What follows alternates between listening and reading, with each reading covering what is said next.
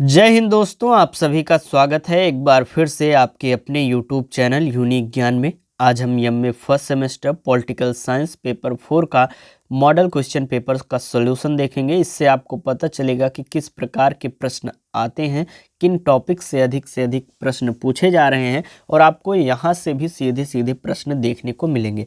हर एक सब्जेक्ट का, हर एक पेपर का हम 2 से 3 आपको प्रीवियस ईयर क्वेश्चन पेपर इसी वर्ष के भी किसी यूनिवर्सिटीज़ में जो हो गए हैं पेपर, उनको आपको हम क्या कर रहे हैं, प्रोवाइड करके सॉल्यूशन दे रहे हैं, जिससे आपकी तैयारी अच्छी हो। और देखा जा रहा है कि विभिन्न यूनिवर्सिटीज़ के क्वेश्चंस आप आपस में एक प्रकार से रिपीट होते दिखाई दिए हैं। तो इसलिए आप 2-3 पेपर जब आप देख के जाएंगे जो कि हम करा रहे हैं, तो आपके लिए बहुत ही ज़्यादा यह इम्पोर्टेंट हो जाएगा और यहाँ से सीधे सीधे प्रश्न आपको देखने को मिल सकते हैं। इसका PDF नोट्स जो है पूरे सोल्यूशन का आपको टेलीग्राम चैनल पर दे दिया जाता है। वहाँ से आप क्या कर सकते हैं, रिवीजन।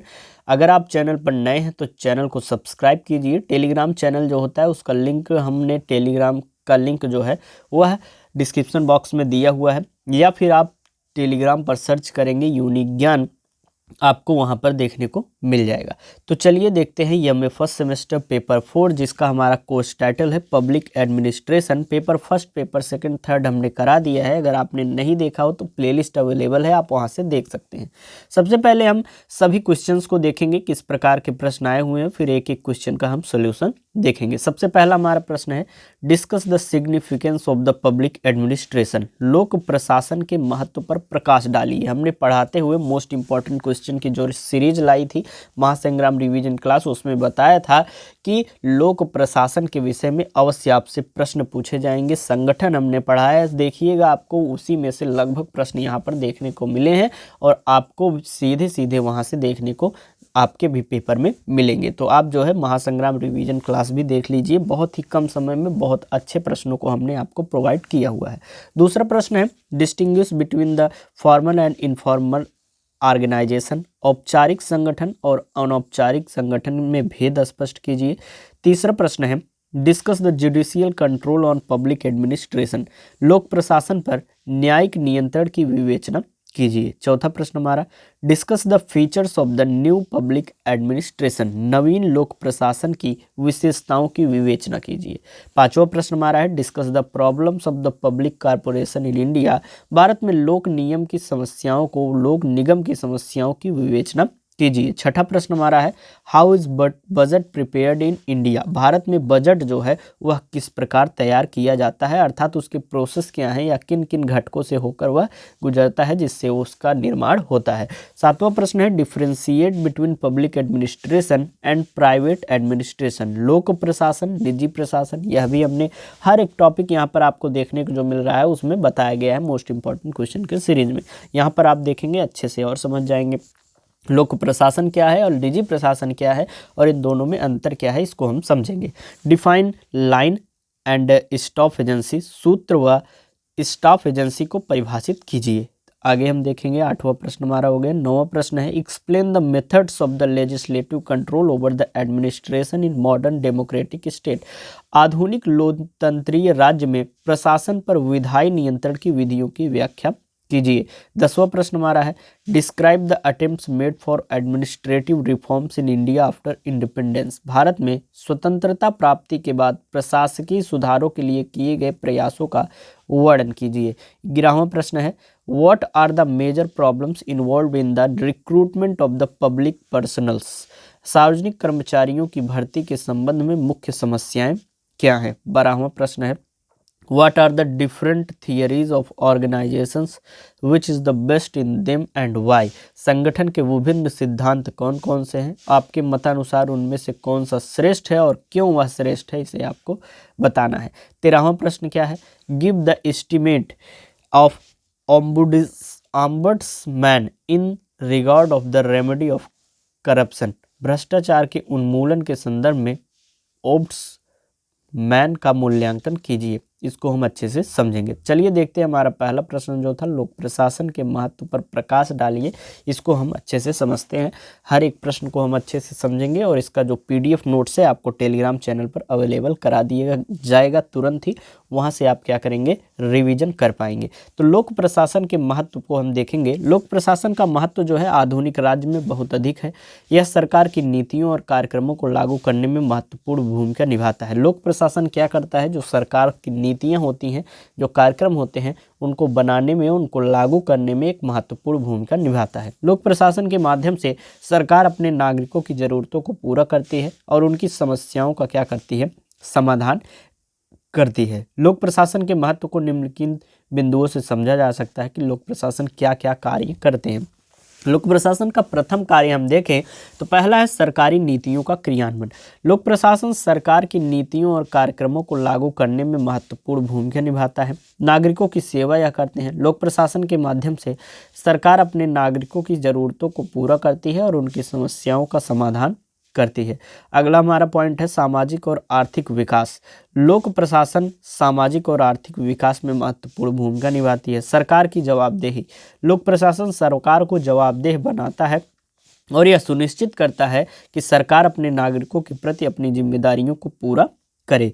अगला हमारा, इस प्रकार से हमने देखा क्या क्या कार्य लोक प्रशासन करती है। इस प्रकार लोक प्रशासन जो है आधुनिक राज्य में एक महत्वपूर्ण भूमिका निभाता है, क्योंकि नीतियों का निर्माण वही करता है, उसका क्रियान्वयन वही करता है, लोगों के, जनता के हित के कार्य करता है, जनता के हित के लिए विभिन्न नीतियाँ बनाता है।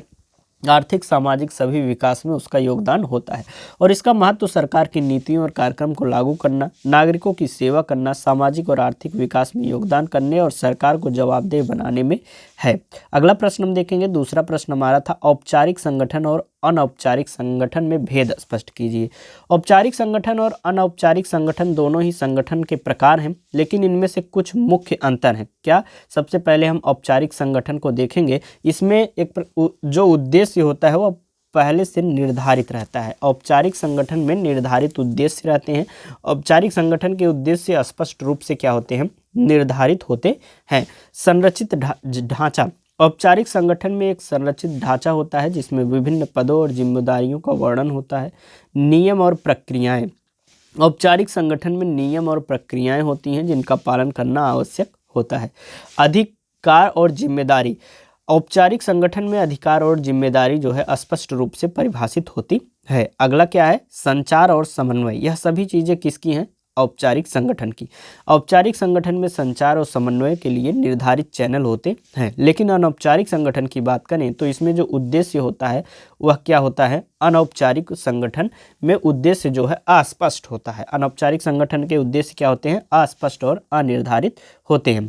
असंरचित ढांचा होता है। अनौपचारिक संगठन में एक असंरचित ढांचा होता है जिसमें विभिन्न पदों और जिम्मेदारियों का वर्णन नहीं होता है। नियम और प्रक्रियाओं की अनुपस्थिति। अनौपचारिक संगठन में नियम और प्रक्रियाएं नहीं होती हैं या बहुत कम होती हैं। अस्पष्ट अधिकार और जिम्मेदारी। अनौपचारिक संगठन में अधिकार और जिम्मेदारी अस्पष्ट या अनिर्धारित हो सकती है। संचार और समन्वय की अनौपचारिक प्रणाली। अनौपचारिक संगठन में संचार और समन्वय के लिए अनौपचारिक प्रणाली होती है। इन अंतरों के बावजूद अनौपचारिक संगठन भी महत्वपूर्ण भूमिका निभा सकते हैं, खासकर समुदायों और सामाजिक आंदोलनों में। इस प्रकार से हमने दोनों में क्या देख लिया, अंतर देख लिया। अगला प्रश्न हमारा है, लोक प्रशासन पर न्यायिक नियंत्रण की विवेचना कीजिए। लोक प्रशासन पर न्यायिक नियंत्रण एक महत्वपूर्ण पहलू है जो यह सुनिश्चित करता है कि सरकारी अधिकारी अपनी शक्तियों का दुरुपयोग न करें और नागरिकों के अधिकारों की रक्षा हो। जो न्यायिक नियंत्रण होता है, एक प्रकार से जो सरकारी लोग होते हैं, सरकारी अधिकारी होते हैं, वह अपनी जो शक्तियां उन्हें प्रदान की गई हैं उससे का कोई दुरुपयोग न करें और नागरिकों के अधिकारों से उससे रक्षा हो, इसका विशेष ध्यान यह रखती है। यह नियंत्रण न्यायपालिका द्वारा किया जाता है जो सरकारी निर्णयों और कार्यों की समीक्षा करती है और यह सुनिश्चित करती है कि वे कानूनी और न्यायपूर्ण हो। लोक प्रशासन पर न्यायिक नियंत्रण के मुख्य उद्देश्य। सबसे पहला उद्देश्य होता है सरकारी शक्तियों का दुरुपयोग करना। न्यायपालिका यह सुनिश्चित करती है कि सरकारी अधिकारी अपनी शक्तियों का दुरुपयोग न करें और नागरिकों के अधिकारों की क्या करें, रक्षा हो। अगला है नागरिकों के अधिकारों की रक्षा करना। न्यायपालिका यह सुनिश्चित करती है कि सरकारी निर्णय और कार्य नागरिकों के अधिकारों का उल्लंघन न करें। अगला है सरकारी निर्णयों की समीक्षा करना। न्यायपालिका सरकारी निर्णयों की समीक्षा करती है और यह सुनिश्चित करती है कि वे कानूनी और निर्णयपूर्ण हों। लोक प्रशासन पर न्यायिक नियंत्रण के तरीकों को अगर हम देखें तो सबसे पहला होता है न्यायिक समीक्षा। न्यायपालिका जो है वह सरकारी निर्णयों और कार्यों की समीक्षा करती है और यह सुनिश्चित करती है कि वे कानूनी और न्यायपूर्ण हों। अगला है इसकी सुरक्षा किस प्रकार से होती है, मुकदमेबाजी से। नागरिक न्यायपालिका में मुकदमा दायर कर सकते हैं यदि वे महसूस करते हैं कि सरकारी निर्णय या कार्य उनके अधिकारों का क्या कर रहे हैं, उल्लंघन कर रहे हैं, तो वह मुकदमा कर सकते हैं। इस प्रकार से नागरिकों के हितों की रक्षा कौन करता है, न्यायपालिका। नागरिकों के अधिकारों की रक्षा कौन करता है, न्यायपालिका। और यही लोक प्रशासन पर न्यायिक प्रणाली, न्यायिक नियंत्रण होता है। अगला है न्यायिक आदेश। न्यायपालिका सरकारी अधिकारियों को न्यायिक आदेश जारी कर सकती है जो अपने निर्णयों या कार्यों को बदलने के लिए मजबूर करते हैं।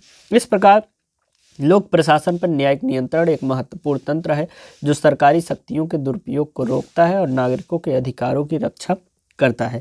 आगे हम देखेंगे चौथा हमारा नवीन लोक प्रशासन की विशेषता की विवेचना कीजिए। नवीन लोक प्रशासन की विशेषता सबसे पहली आती है नागरिक केंद्रित। नवीन लोक प्रशासन में नागरिकों की आवश्यकताओं और अपेक्षाओं पर ध्यान केंद्रित किया जाता है।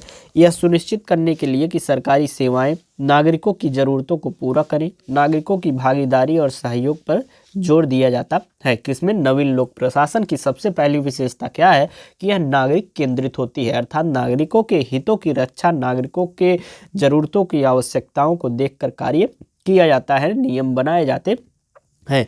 अगला है पारदर्शिता और जवाबदेही।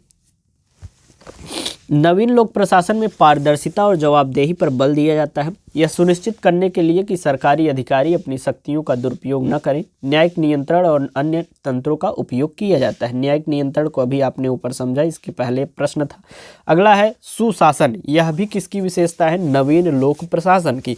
नवीन लोक प्रशासन में सुशासन पर बल दिया जाता है। यह निश्चित करने के लिए कि सरकारी निर्णय न्यायपूर्ण और कानूनी हो। न्यायपालिका और अन्य संस्थाओं की भूमिका महत्वपूर्ण होती है।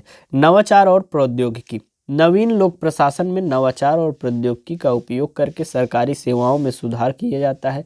यह सुनिश्चित करने के लिए कि सरकारी सेवाएं अधिक कुशल और प्रभावी हों, प्रौद्योगिकी का उपयोग इसमें किया जाता है। अगला है हमारा अंतर्राष्ट्रीय सहयोग। नवीन लोक प्रशासन में अंतर्राष्ट्रीय सहयोग पर बल दिया जाता है। यह सुनिश्चित करने के लिए कि सरकारी नीतियां और कार्यक्रम अंतर्राष्ट्रीय मानकों के अनुसार हों।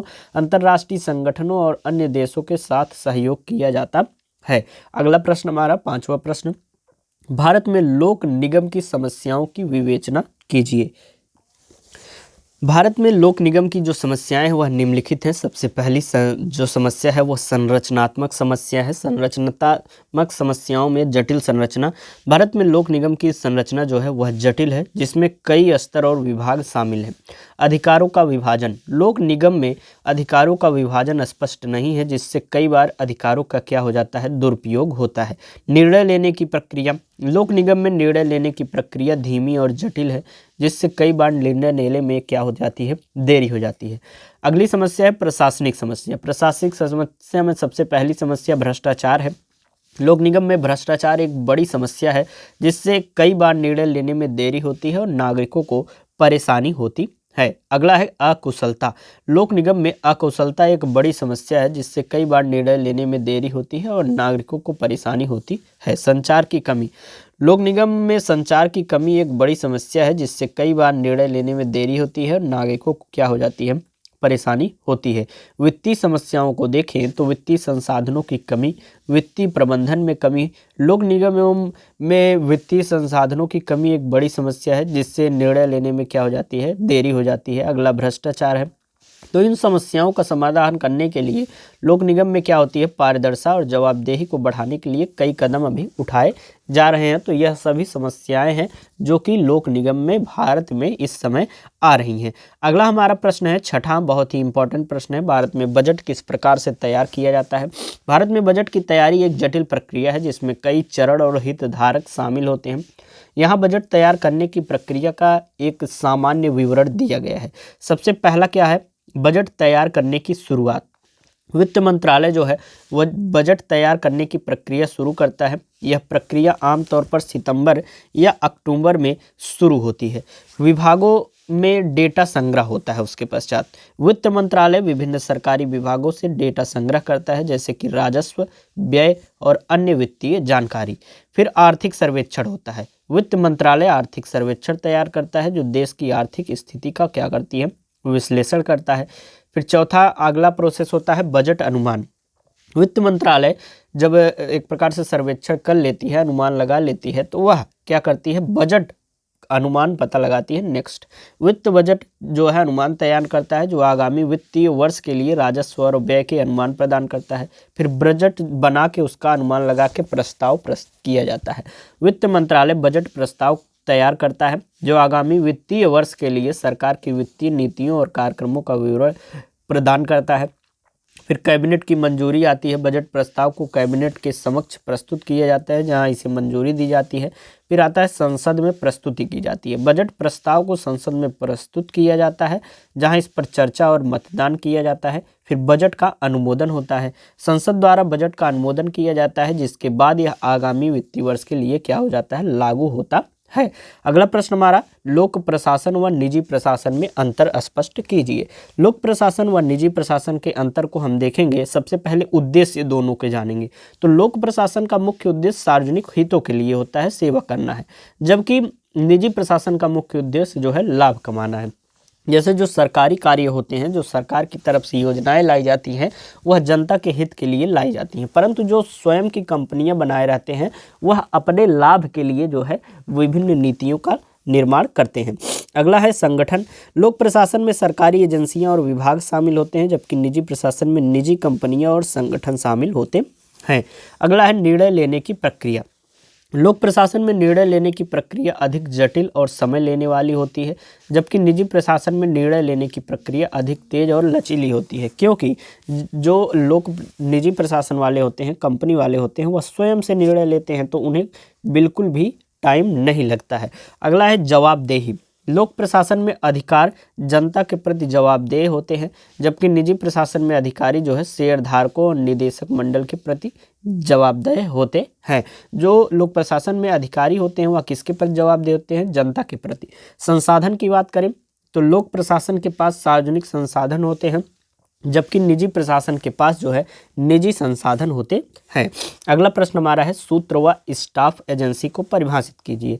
सूत्र अर्थात लाइन एजेंसी और स्टाफ एजेंसी दोनों ही प्रशासनिक संगठनों में पाई जाने वाली दो प्रकार की एजेंसियां हैं जो विभिन्न कार्यों और जिम्मेदारियों को संभालती हैं। सूत्र या लाइन एजेंसी को हम समझें तो सूत्र एजेंसी एक प्रकार की एजेंसी होती है जो सीधे संगठन के मुख्य उद्देश्यों और कार्यों से संबंधित होती है। यह एजेंसी संगठन के मुख्य कार्यों को संभालती है और संगठन के उद्देश्यों की प्राप्ति के लिए इसका महत्वपूर्ण भूमिका यह निभाती है।